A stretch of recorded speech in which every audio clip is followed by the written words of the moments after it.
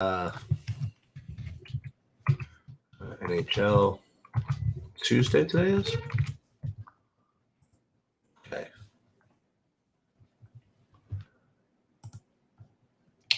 All right. I only have a little time. Then I'm going to be eating in about 15 minutes. So I'll just give you, when Bobby gets here, we will break down what's going on. First of all, before he gets here, I will tell you what's going on in hockey. Hockey, I'm getting just all kinds of Buffalo. But what I'm going to be doing on my main big bind is probably fade that. And I usually do that when I have just an overwhelming amount of one team. So that's what I'm going to do. It's going to have mostly Buffalo and MME, but in the single entry, I'll probably play something like San Jose or Arizona or something like that. Hey, what's up, Jacob? Mr. Rhodey, how are you? I haven't seen you in a while. What's up, Sheets? Hey, what's going on? So I only have like 15 minutes, so I'll just share. I mean, I just shared like hockey for like 2 seconds, and then not too much has changed for me yet. You know, it would be nice to know if Chris Dunn is starting, I guess. That's not going to happen for a while. Nice to know if Aaron Fox is playing. Oh, I didn't even know that was in the offing. Yeah. I mean, that game is already sort of asking to be stacked anyway, like just Sabonis, you know, and then on the other side, you've got both Jalen Williams actually. But you've got what's it called? You've got Giddey, you've got Dort, you've got what's his name? Who's in play? Isaiah Joe. All of these guys are kind of interesting already. So to play them with Sabonis would be fine, even with Fox. But I'm thinking maybe the right thing is to play a few of these guys, maybe like a Dort. I think you could even go. I think Joe takes away from Giddey, but one of Dort with either Joe and Giddey, or Joe or Giddey, or Dort with Williams and Joe, or something like that, with Sabonis on the other side. I just can't get over that. That game feels very stackable, and we don't have a major piece of information. And if it breaks your way, you could be in a gold mine. Now, what it also does is if De'Aaron Fox is out, it means that, you know, we're going to look for other guys in the backcourt. I think Malik Monk would be the best play, but I think that the projection darling will be Davion Mitchell. We just know how that story can go sometimes. What do you make of the studs tonight? So I do think Sabonis is like a next second level one. I'm high on Anthony Davis, very high on Anthony Davis. I actually think he's being pretty significantly underprojected, and I like Jokic as my two favorites. You like him more than Lillard. Lillard is right there. I was going to say Lillard is right there with them, but it's a little different. I feel like there's no. I don't feel like there's a whole. And by the way, Jamal Murray may not play too. Still, like. You never know with Denver, because you know he's only played 2 games now. That was the last 10. And Denver's kind of in the driver's seat right now. They're 5 games up with 20 to go. So if Jamal Murray's out, it makes Jokic an even better play, which is my argument for Jokic and Anthony Davis. I mean, you take away. So I'm counting Westbrook. I'm pretending if there was a slate where Westbrook and LeBron were out, we would just play Anthony Davis and he'd be 75% owned. But because they have this influx of new guys, he's sort of getting a little bit forgotten, I think, far more than he should be. And I think another thing you can do in terms of value, like obviously you want to play these Lakers, but I think maybe being overweight on Rui and underweight on Vanderbilt might be viable. Vanderbilt does all the other things on the court. I love him as a player, but the results don't have to be there. This team is going to need some offense, and they do have Beasley, Schroeder, and Davis, but Rui's a guy who can score, and he's going to be out there for minutes in a fast-paced game. I think that's an interesting way to get different, is to play Rui over Vanderbilt. I will tell you who my most leveraged player that I think can actually do something tonight is. Fox is out. Who's out? Fox? He's out. So, well, never mind that. Well, I shouldn't say never mind. It's going to make. It's going to make Sabonis a better play, and it's going to make Chris Dunn a little less owned, I think. Maybe. So I guess Malik Monk, like you said, is gonna. Monk and Mitchell's going to be the one who projects, but I'm just saying it doesn't have to be Mitchell with the way that they play. I'm just guessing with the projection, and again, we don't know who's starting. That game starts at 8. So I do want to give this take here. I have 45% of a guy right now. I don't know if I'm going to be able to play someone in this price range if I get more value from Fox. But we talked about it a little bit before. I have like 45% Walker Kessler right now. So that's my I guess that's my leverage, I guess. That's a big one. Yeah. So it's first of all, he always does well for me for openers. Second of all, he's projecting well enough, and people are playing these other Utah guys. Why can't I play Kessler? I don't know. So, I agree with you. So that's where the majority. That's where my main leverage is with him. Did you get to any? Because I've got about 40% right now of. Actually, I have him on FanDuel too. I have DeRozan a lot. Yeah, I was going to try to force him in. Actually, he's one of my. Look, I'm going to trust the Reed play, like the Jimmy Butler last night play. You know what I mean? Yeah. I think I'm going to manually take out some Luka. I just still feel as though his projections. Oh, is Luka's birthday? I didn't realize it was his birthday. Oh. That could go either way with him. But I still I'll give him a little bump because. No, my point is though, I still think that his projections are still weighted towards games with no Kyrie, and I'm telling you, I think all of these studs have I don't want to say issues, but I don't think any of them are like locks, I agree. Who's to say that Morant doesn't outscore all of them, for example? You know what I mean? Like. Yeah, or Sabonis now, probably. Or Sabonis. Sabonis will be the one who gets owned now. Yeah. That Sabonis Davis lineup that I had it built earlier, it's not feeling as low owned as it was going to be. Right. But I do think it affects Anthony Davis's ownership a little bit, and I think it's interesting how you view this game. If you think the Lakers stay in this game, like I have a lineup with 4 Lakers and Ja on the other side. And this is the question from Rich Feed. It's a very, very, very difficult question to answer, but Sheets, we could get a crack at it. Can we explain good chalk versus bad chalk? He used Dunn more the bad chalk versus cheap Lakers being good chalk.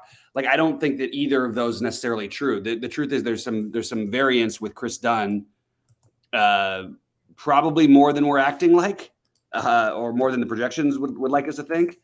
But it's still hard to ignore that he's playing minutes. He's very active, and they don't have a whole lot of guards available. And he may start still. So I don't know how to weigh him. And then the Lakers guys, I'd like to see the Lakers starting lineup before I make my final commitments on that. But I still think the Lakers guys, obviously there's a huge amount of offense to pick up for. But I think Beasley is like hard for him to fail. I actually think it's pretty hard for Schroeder to fail. I do think Vanderbilt has bust paths. I think Austin Reeves has upside, and I think Brewery has upside. And those are the 2 off the bench you might be able to get at lower ownership. But in terms of good versus bad chalk, it's something people say a lot, but the truth is a lot of it is speculative. And if a game turns into a 30-point blowout, it doesn't matter anyway. You know what I mean? Like, it's hard to generally say what's good chalk and what's bad chalk. Generally, the guys who play more minutes are safer. Generally, the guys who are more fantasy point per minute are better for tournaments because they have more upside. But I don't know how else to put it. Sheets, you can throw in anything if you want to. Yeah, I mean, I like to consider the better chalk is the ones that have the ball in their hands. So if you got like the starting point guard, I think those are usually the better chalks, like of those cheapos, than like the wings and stuff like that. Mm-hmm. I'd say like, yeah, all things being equal, I think that's pretty accurate. As long as it's not like a guy who's listed as a point guard who's like Aaron Holiday or something, like that's not that would be a tough one to ever call good chalk. Right. Unless they have guys playing, that would be like the only time. But yeah, it is a constant difficult thing to try to weigh those things. And I'm going to have to rebuild my lineup. So after Sheets gets out of here, I probably won't be here. So guys, fire in a bunch of questions. I'm happy to answer anything. And we're happy to talk through anything. My builds are still fairly similar to what they were earlier, but I'm waiting for the update on the Fox to see where I'm going to go. But what's going to happen is Monk, Sabonis, and then you get into the other potential plays like Davion Mitchell, Kevin Huerter, Terrence Davis. That's my problem with Davion Mitchell is it could be Terrence Davis. It could be Monk playing point guard. It could be Huerter. Like it's not like they don't have other guards. And one of them probably succeeds, but I usually in that situation, I'm just going to put my money on Monk. Just because the upside is so much greater than everyone else's. Yeah. I do think Terrence Davis is every bit as good a play as Davion Mitchell.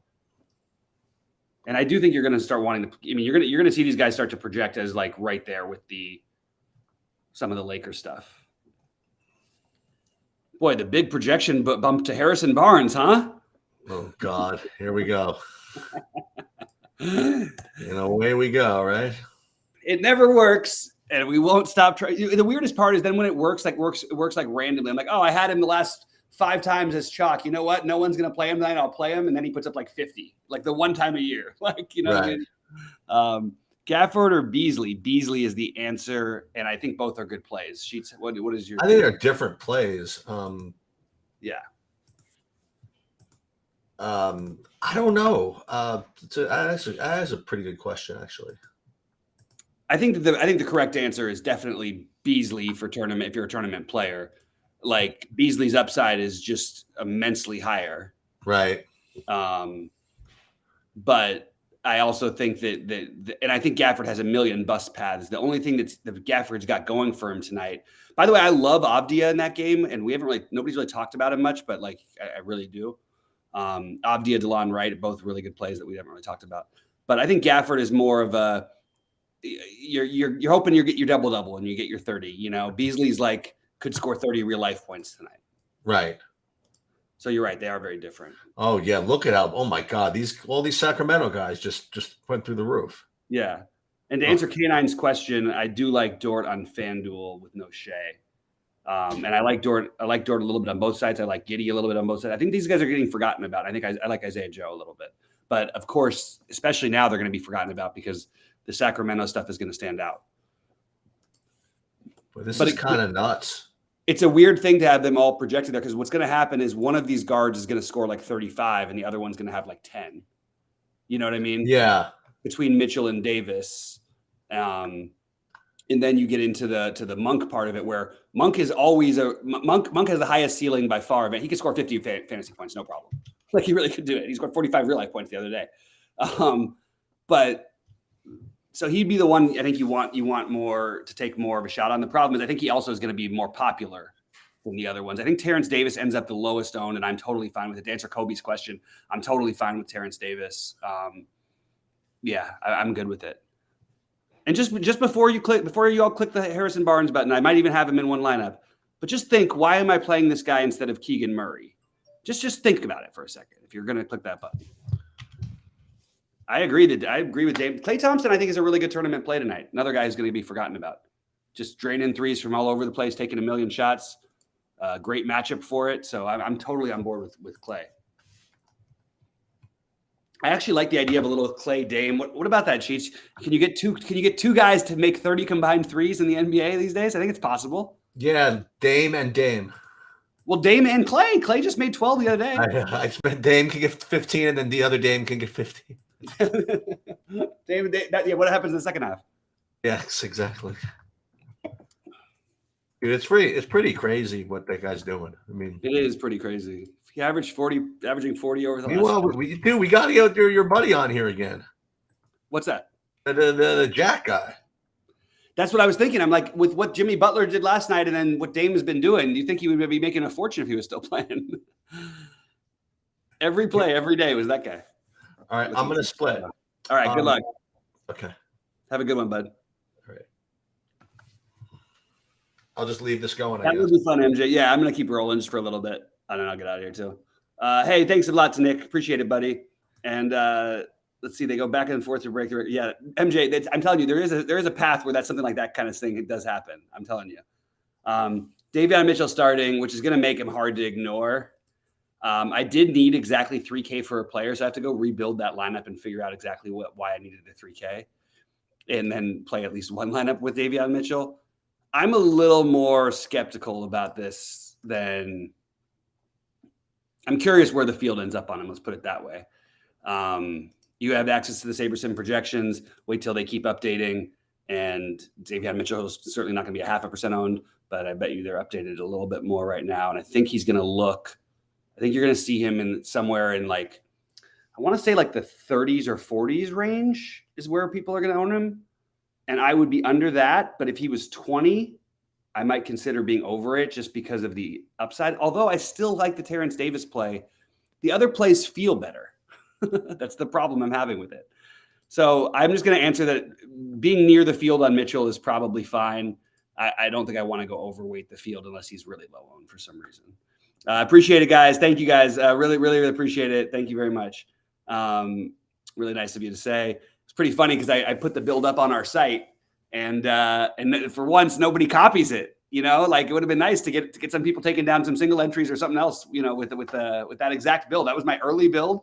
It was the one I built at 9 a.m. or whatever, and it was the same one that won the tournament. So it's pretty cool. I literally posted the exact build. It was my early build, and I never changed it because it didn't make sense to.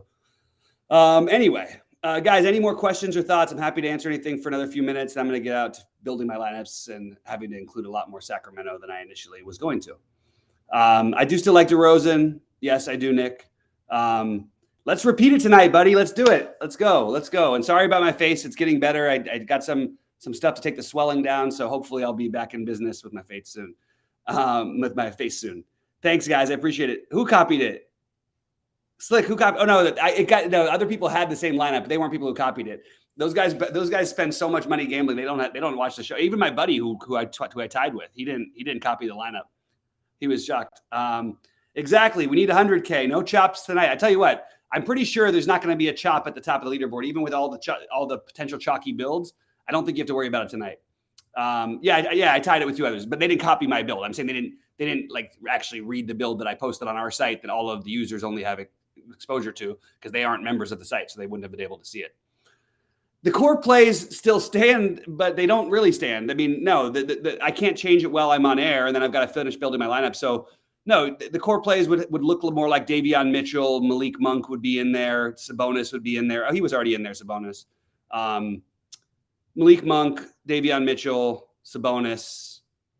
And I think that OKC becomes much more playable too. So it's a little different cores right now. It's just impossible to keep them updated because everything changes in basketball. You can do it in other sports very easily, but not in basketball. We still have news we don't even know about yet. But I mean, in general, I still like all the players that I tagged. Now I would be shifting a lot of that over to Sacramento, personally. Although I would be careful to not play. I don't think I want like 3 guys from Sacramento unless I'm stacking. I think I want 2. Sabonis and Monk, the most obvious. Mitchell, Harrison Barnes, even. I think Herter is a better play than Harrison Barnes. I really do. Maybe not because he loses minutes the other way, but Barnes will play a lot of minutes and the usage should go up, but it just feels weird to play Harrison Barnes as anything owned on any double-digit ownership on a slate like this. It just doesn't feel right. Anyway, guys, I appreciate y'all.